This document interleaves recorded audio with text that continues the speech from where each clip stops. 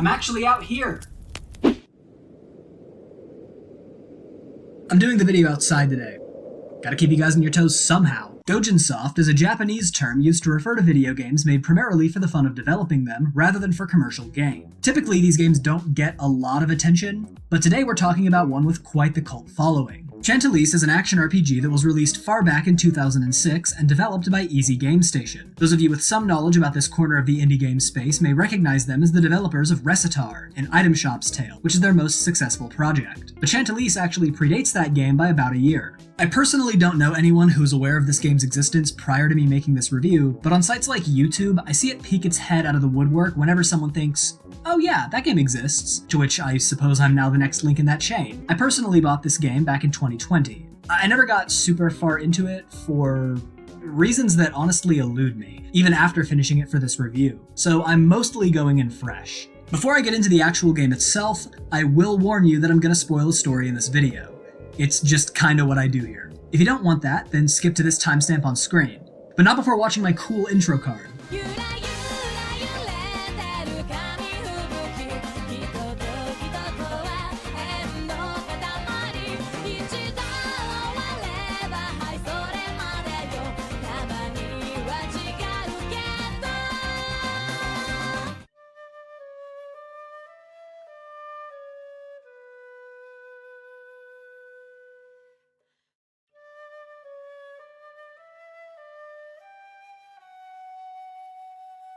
Don't go out at night when the moon is red, or the witch will curse you forevermore, is a popular warning in this world. However, that didn't stop two sisters by the names of Chant and Elise. Wait a second.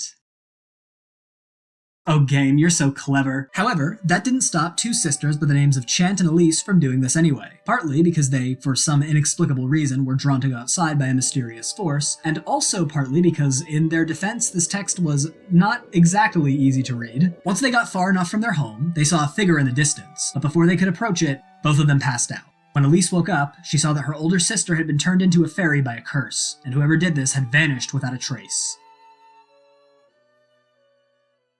5 years later, the sisters travel to a small town surrounded by ruins in the hope of tracking down this witch and reversing Chant's curse. This whole area is never given a name, so we're gonna call it Arkansas. Are we good? Good. In the process, they save a shopkeeper named Aira from being attacked by the local wildlife, and in return, she offers to feed and house them for the remainder of their stay. Unfortunately for the sisters, everyone in the town either has no idea where the witch could be or actively mocks the idea that one exists. Aira points the duo towards asking the local fortune teller, Elma, for advice, but when they try to enter her home, there's a note at the door saying she's looking for materials in the Terran ruins, a cave that's fortunately quite close to the sisters' current location. When they get to the end of the cave, they encounter this short, pink-haired girl with a hell of an ego. After thoroughly pissing her off, she summons a gigantic golem to get the two of them out of her sights. Of course, because Chant and Elise are RPG protagonists, they defeat the golem, and the girl runs off. When they head back to town, they find Elma's building is open, and that the girl in the cave was, in fact, Elma. Whoops.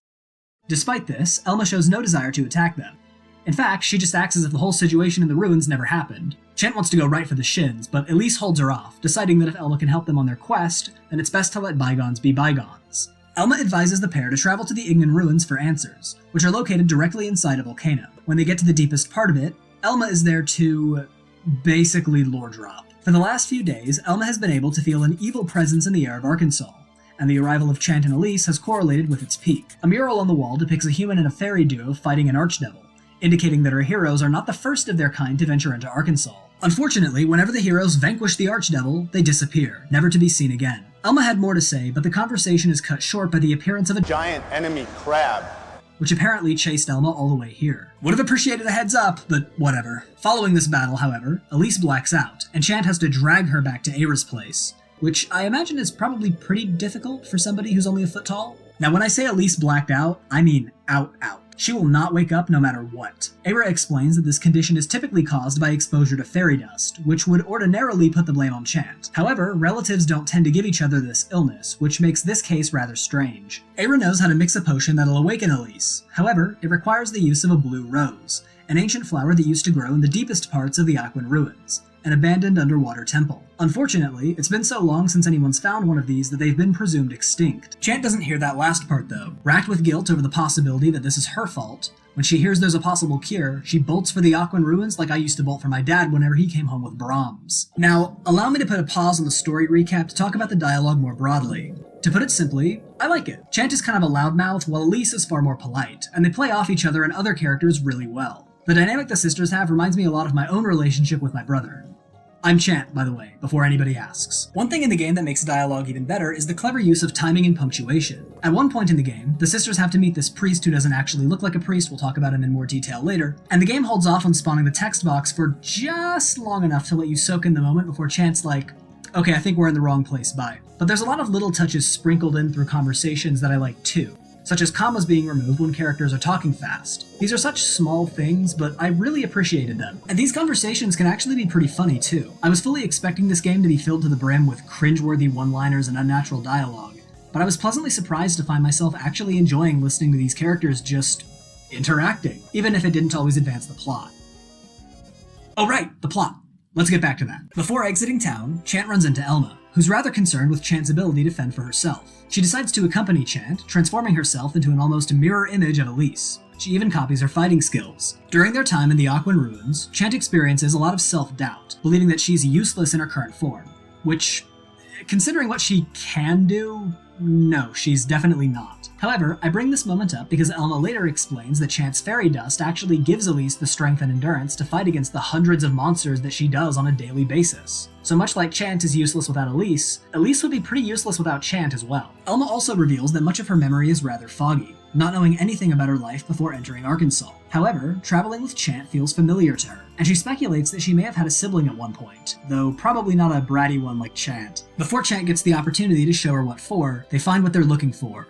The Blue Rose. Unfortunately, they get attacked by the Rose's guardian, a giant jellyfish, but it proves to be no match for the two of them, canonically at least. I died to this thing a lot. Meanwhile, while Elise is unconscious, she experiences visions of a mysterious woman. She talks with regret over something that she's done to Elma, and holds out hope for the idea that Elma and Aira can put an end to something bad. She ends her message with a direct apology to Aira, but as soon as Elise calls out to this woman, she wakes up from her slumber. Aira has finally given her the cure. Elise tries to talk to Aira about the vision, and while Aira dismisses it as a weird hallucination from the Blue Rose, she seems to know a lot more than what she's letting on, muttering about how Chant and Elise will eventually hate her too. The sisters decide to drop by Elma's place to properly thank her for the help, but to their surprise, she's not present, instead leaving a note on the table directing them to the Zephyrin ruins, which are located on the top of a giant snowy mountain. She tells them that what they seek will be located there. When they reach the mountain's peak, Elma explains to them that she's a human-turned-fairy herself, and Elise's illness was due to her dust, not Chant's. In the past, she and her human sister searched for a way to reverse the curse, much like our protagonists. She's only just now able to recall this thanks to traveling with Chant in the Aquan ruins. Additionally, her constant harassment of the sisters was her way of getting them to visit all four of Arkansas's ruins: Terran, Ignan, Aquan, and Zephyrin. She then provides the duo one final challenge to prove they're worthy of knowing the truth: a battle against a dragon. After defeating it, Elma explains that the Red Moon serves as both a sign that the Archdevil is reviving and as a signal for heroes to be driven towards their destiny, kinda like the bat signal. And once the sisters look up at the sky, they see that exact Red Moon from 5 years ago. Suddenly, the focus is shifted onto another set of sisters, far younger than Chant and Elise. They feel drawn to go outside during the Red Moon. The older one especially. Chant and Elise are teleported to them by the Red Moon. The older unnamed sister accuses Elise of being the witch and prepares to attack her, but Chant freaks out and unloads her magic onto the girls. Before they can see what happened to them, Chant and Elise are taken back to Arkansas. They talk about this event with Aira, but she already knows what happened, as the witch that cursed Chant long ago was really Aira and Elma, the previous heroes of Arkansas. When Aira and Elma first arrived here, Aira's shop was run by a woman named Fortuna, who, along with her sister, were Aira and Elma's predecessors. Every once in a while, the Archdevil awakens from its seal, a giant floating palace, and the Red Moon summons a human and fairy duo to close that seal back up. As Aira describes it, it's a perpetual hero machine. The Red Moon simply seeks out two sisters that meet the qualifications for being the heroes of Arkansas and draws them out, thus ensuring that the cycle can continue. There was actually a lot of foreshadowing before this, one of my favorite examples being this one point where Elise remarks that she wants to be just like Aira when she grows up, which hits a lot differently after this lore dump. Acknowledging that what she's saying is a lot to process, she encourages Chant and Elise to get some rest before the final battle. However, Elise isn't able to. She's concerned about Chant getting her memory wiped, like Elma did. However, Aira tells her that this didn't happen as a result of the cycle. She did that to Elma on her own.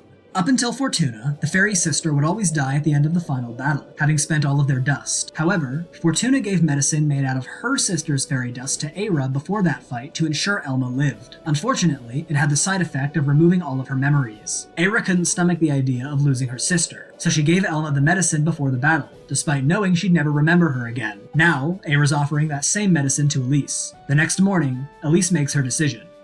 She's not using the medicine. When the sisters get to the sealed palace, there's a door blocking their way to the final area, which can only be opened by someone who's already seen what's on the other side. Luckily for Chant and Elise, Aira followed them to the palace, knowing that she's needed to take Fortuna's place. The door opens to a massive arena, where Chant and Elise have to fight a shadow clone of Elise. After defeating it, the Archdevil's true form comes into view. Unfortunately, Chant is running out of fairy dust by this point. Aira assures that she'll seal up the devil at the cost of her own life, exactly as Fortuna did. However, before she can begin, Elma bursts onto the scene, declaring that she can help with the fight, since Elise is now immune to her fairy dust as well. The four of them won't be sealing the Archdevil away. This time, they're gonna kill it outright, which is not easy to do, but I'll get to that later. When the devil is on its last legs, it attempts to seal itself off to avoid being killed. The heroes aren't immediately sure what to do, but Chant comes up with a bold strategy. Have Elise throw her sword at the Archdevil while Chant unloads as much fairy dust onto it as possible mid-air. Kind of a wild idea, but it works. The Archdevil dies in a giant explosion, ending the cycle once and for all. For a second, it appears as if Chant died in the explosion, having used up all her dust. However, Aira notices that the vial of medicine she gave Elise is not only on the ground, but empty. And if you recall, that medicine was made of fairy dust. You probably already saw this coming, but yeah, Chant survived. As the four celebrate their victory, Chant asks why she and Elma haven't been turned back into humans. You know, with the Archdevil gone and all. According to Elma, their fairy forms are a result of the magic inside of them. With the Archdevil gone, they should change back eventually, but not immediately, much to Chant's chagrin. The final cutscene of the game takes place several years after the defeat of the Archdevil. Aira, Elise, Elma, and Chant all run the town's shop together. Elma and Chant are off researching new forms of magic, leaving Aira and Elise to run the shop. As the two of them are planning for dinner, two customers enter the building. It's not explicitly stated, but considering Elise's shock and the fact that the customers ask where the witch is, it's highly implied that these customers are the girls Chant and Elise accidentally cursed after their fight in the Sephiran ruins.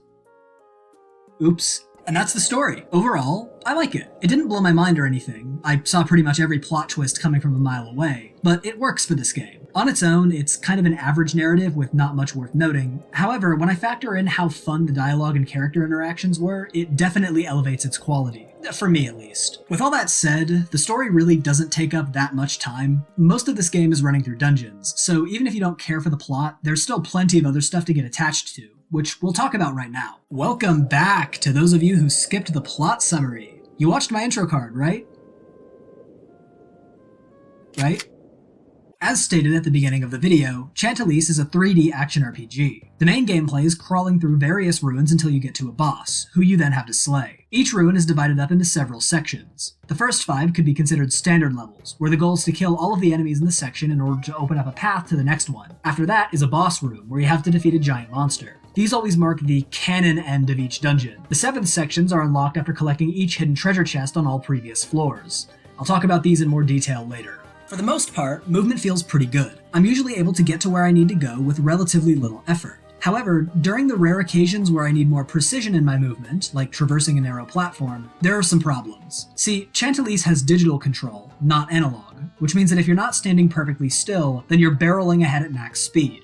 There is no in-between. Walking along narrow pathways just feels really uncomfortable, where every movement of the control stick feels like it's going to send me careening off the edge of the platform.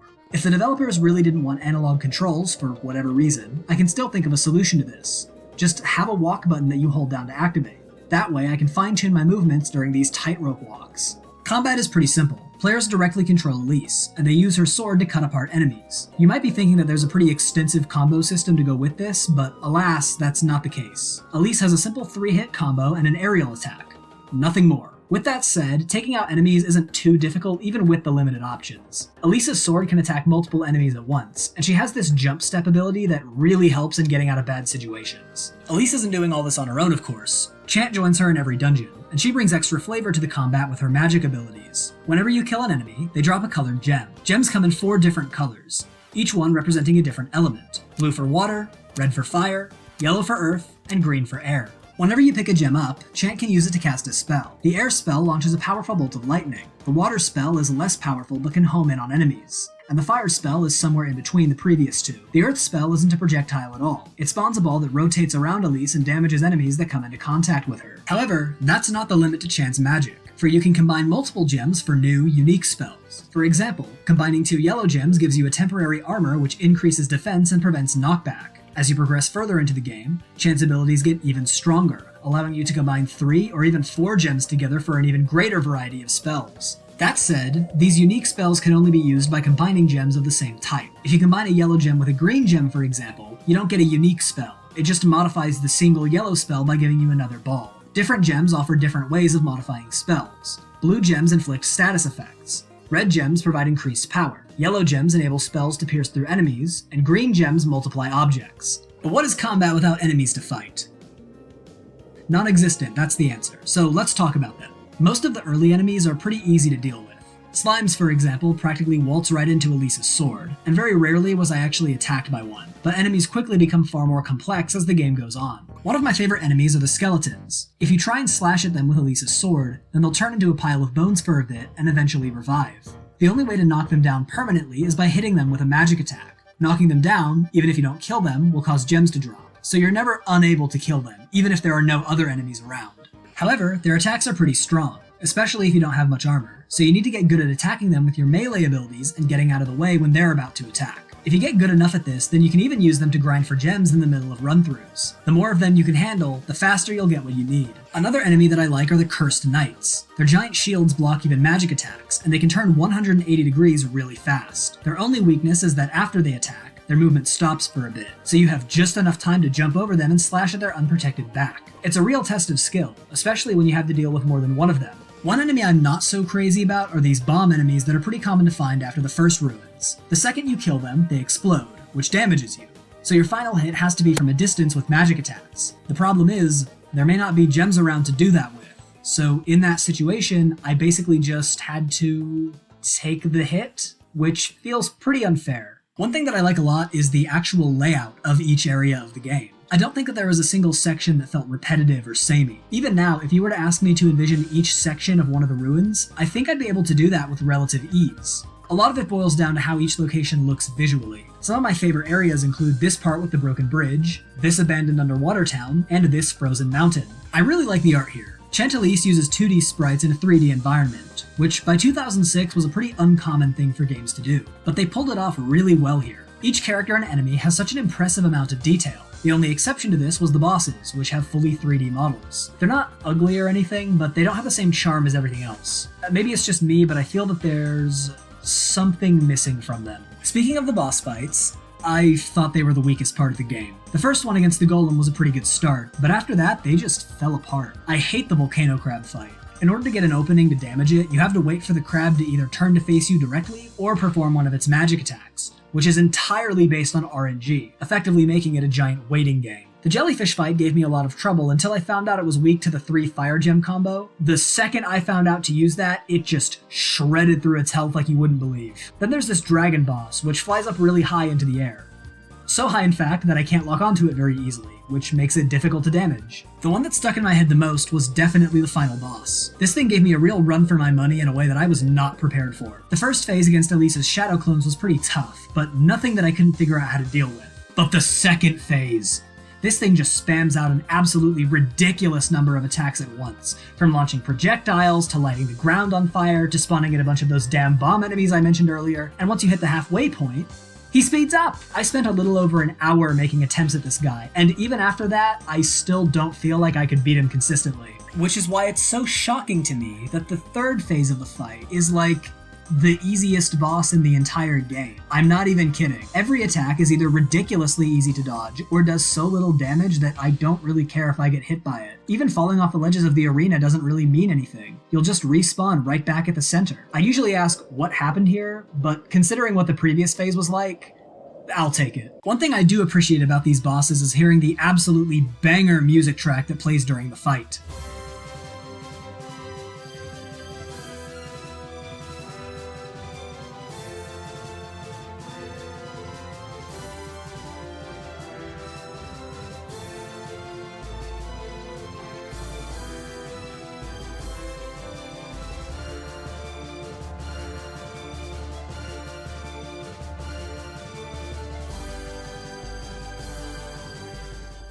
In fact, most of the music in this game is really good. I love the spooky track that plays once you get deep into the Terran ruins. It does a great job telling me that these next few floors are going to be way more intense than what I've seen previously.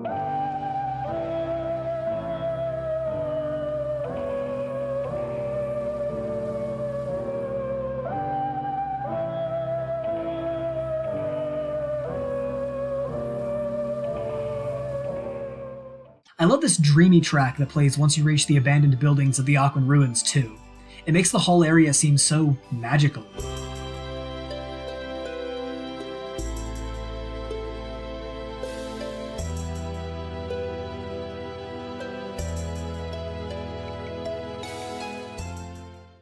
And finally, the theme that plays while fighting Elise's shadow clones is just wonderful.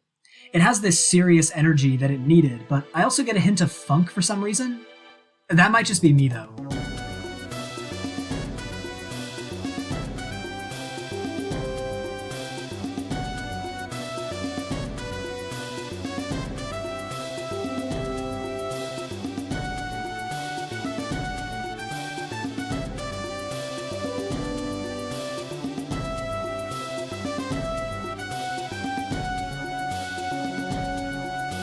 While combat is the main feature of Chantelise, to my surprise, there was a fair amount of exploration as well. Each section of every ruin has a secret treasure chest that appears after doing something. The exact thing that you have to do can vary wildly from section to section. There's one where you have to kill a specific enemy first, one where you have to do a lap around the map, one where you have to get to the exit without touching water, one where you have to fish in a specific location. The list just goes on and on. After reaching any section in one of the ruins, you can freely replay that section whenever you want, which makes grabbing chests really convenient if you missed one during your initial run-through. Well, more like missing most of them in my case. The point is, I appreciate not having to play through the entire ruins all over again just to get one chest. With all this said, you're probably wondering how you're supposed to figure out the steps to making these chests appear. While there are a few that I could see someone accidentally stumbling into, most of them would require some guidance to discover. Enter the Town Priest, a guy who provides hints for where the treasures are in exchange for a permanent reduction in Elise's maximum health. The better the reward, the more health Elise will have to give up. And this is the part where I admit that I literally never used this at any point in the adventure. This is for two reasons. Number one, health is a pretty precious resource in this game, and I'm personally not willing to part with it in exchange for hints. And number two, the internet exists. Like, what's realistically stopping me from just looking up all the answers online? Especially when the Chantelise fandom wiki or random YouTubers can give a more thorough guide than the priest can. Here's an example of what I'm talking about. This is a section of the Ignan ruins called the Volcano Path. It's a large mountain that you have to walk up to get to the exit. The priest's advice is that I need to break the barrels, but where are the barrels? I've walked up and down this stupid mountain several times now and I haven't seen a single goddamn barrel. Well, apparently, in order to get to the barrel, you have to make a leap of faith off this spot on the mountain, which will take you to a secret platform with a barrel on it. You then break it for the treasure chest. Now, how the hell was I supposed to know this with break the barrels? And I'm telling you, the other hints aren't any better. Do not waste your time at church. Spend it doing something more productive, like getting your PhD in media literacy. I have 7. With all that said, you still definitely want to grab all the chests you can get your hands on. They contain some very valuable items that'll be necessary to tackle some of Chantelise's tougher challenges. And what are those items exactly? Gloves and staffs increase physical and magic damage respectively, and shields and charms increase physical and magic defense. As you get further into the game, you'll find stronger variants of each of these. But those are the boring items. Let's get into the fun stuff. Crystals modify Elise's attacks with magical powers. The fire, water, earth, and air crystals add elemental damage to Elise's sword, which results in enemies that are weak to those elements being cut down faster. The other crystals give Elise charged attacks. There are 4 of these, but I only got around to using 2 of them. The Void Crystal prevents enemies from using magic for a period of time, which was pretty cool, but not enough of the enemies made use of magic for me to justify using it frequently. The other one though, the Darkness Crystal, is my favorite item in the entire game. It converts all the damage Elise deals to enemies into health, allowing her to heal in the middle of levels. If you combine this with the Rocket Glove, which was the most powerful glove I was able to get in the game, this enabled me to heal over a quarter of my health in the middle of battle. 2 other items I like a lot are the coin emblem and the cat statue. The former increases the spawn rate for coins, and the latter acts as a magnet for coins. Together, they make grinding significantly easier, and although I didn't feel the need to do that much, I was glad that when I did, I could make it much more efficient. The only other items I feel like talking about are the boots, which modify Elise's movement abilities. Probably the most useless of them were the Eskimo boots, which make it easier to walk on ice. I'd probably get more use out of it if it weren't for the fact that there's literally only one section in the entire game with ice in it. The mermaid boots, which allow for normal movement in water, were moderately more useful, but I can't say that I used these a ton either, since Elise doesn't slow down that much from it. The speed boots allow for faster running, which I didn't find super useful for most of the game, but I found them very useful for getting some of the hidden treasure chests. However, my favorite boots were the winged boots, which enable a technique called the air dash. It's basically a mid-air version of the jump step. However, it can be used multiple times in mid-air, which kinda lets you absolutely break some of these sections in two, especially if they have a lot of verticality. These were super fun. Not all items are found in treasure chests though. Some of them have to be bought in the various shops found across Chantelise's different hubs. The one I visited the most was Aira's shop, located in a town. It sells mostly basic equipment, but it has the occasional crystal in it as well. What I went to it most often for, however, was Ferrimin. Ferrimin is a drug that permanently increases HP upon consumption. Considering how hard certain parts of this game can get, particularly the final boss, you'll need as much of it as you can buy. Unfortunately, items in Aira's shop increase in price the more you purchase them, so at some point, every Ferrimin type just costs too much for it to be worth the grind. The other traditional shop is located in the middle of a forest. The guy who runs it sells items that you can only find in the ruins. This is because in Chantelise, you can actually sell items that you don't want anymore at the shops. However, you can't get them back from the treasure chests once you've given them up. This shop offers a way to get your stuff back if you've accidentally sold it, which is much appreciated. The final shop is a bit different. After the halfway point, this fisherman appears in the tutorial area and gives Elise a fishing pole for free. Unfortunately, he doesn't have any spare lures. If you've never fished, a lure is this thing that you put at the end of your fishing line before you cast it into the water. It's usually really small and shiny so it can attract fish. Too bad we don't have anything like that! I'll admit that I didn't spend a ton of time fishing compared to running through ruins, mainly because I just find it to be kind of boring, but it's surprisingly in-depth. All the fish you catch can be turned into the fisherman in exchange for goods, some of which are exclusive to his shop. There's a pretty wide variety of fish scattered across every area of Chantelise that has even a little bit of water, so I'd advise using a guide to know which fish are located where if you want to grind for resources this way. Even if it's not my thing, I appreciate that Chantelise gives players multiple options for getting better items.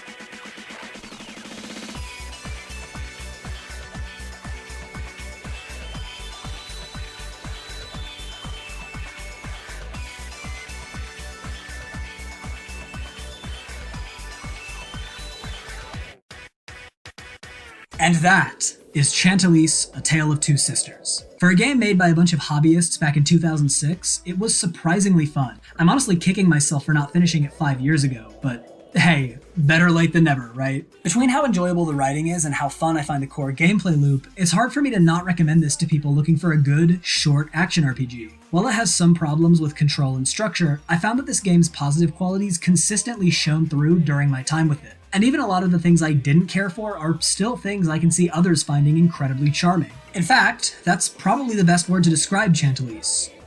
Charming. In spite of all its faults, there's something really genuine about this. Like every developer truly gave it their all to make the best game possible. The last time I felt this way about a game I reviewed was, Jesus, After Death, which was literally my first ever review. With that said, if you plan on buying this, I have some information that you might want to know about before you hit that purchase button. Chantelise has a default price of $10, which is pretty cheap for a video game. However, it frequently goes on sale for as little as $2.